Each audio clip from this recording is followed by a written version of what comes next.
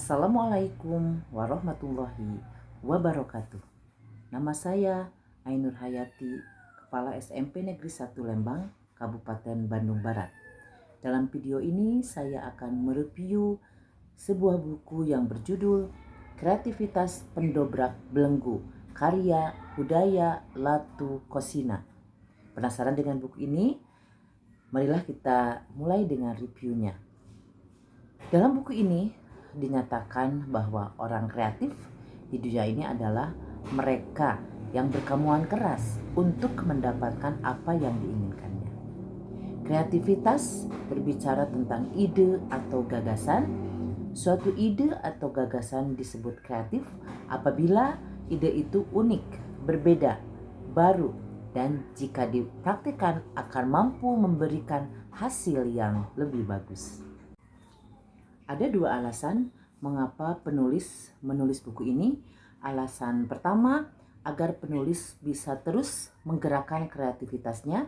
Dan alasan yang kedua adalah buku ini dapat menginspirasi dan menggerakkan pembaca untuk lebih kreatif dan berinovasi.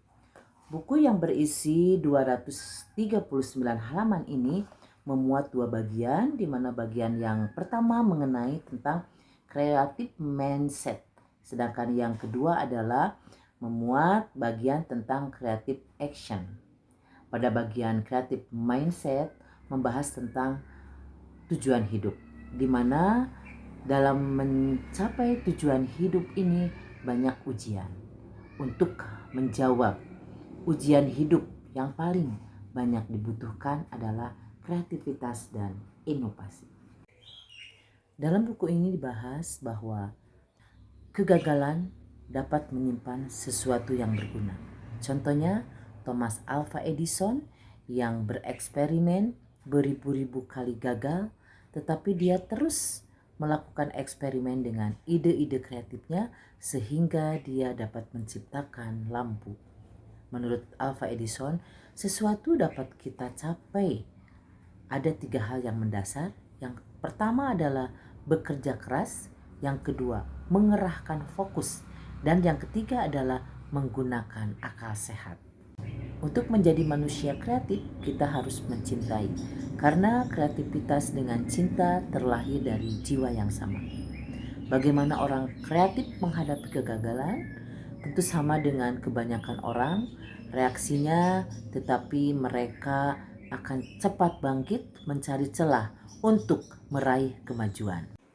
Dalam buku ini dijelaskan bahwa orang kreatif tidak lari dari masalah atau membiarkan masalah itu mengalahkan dirinya.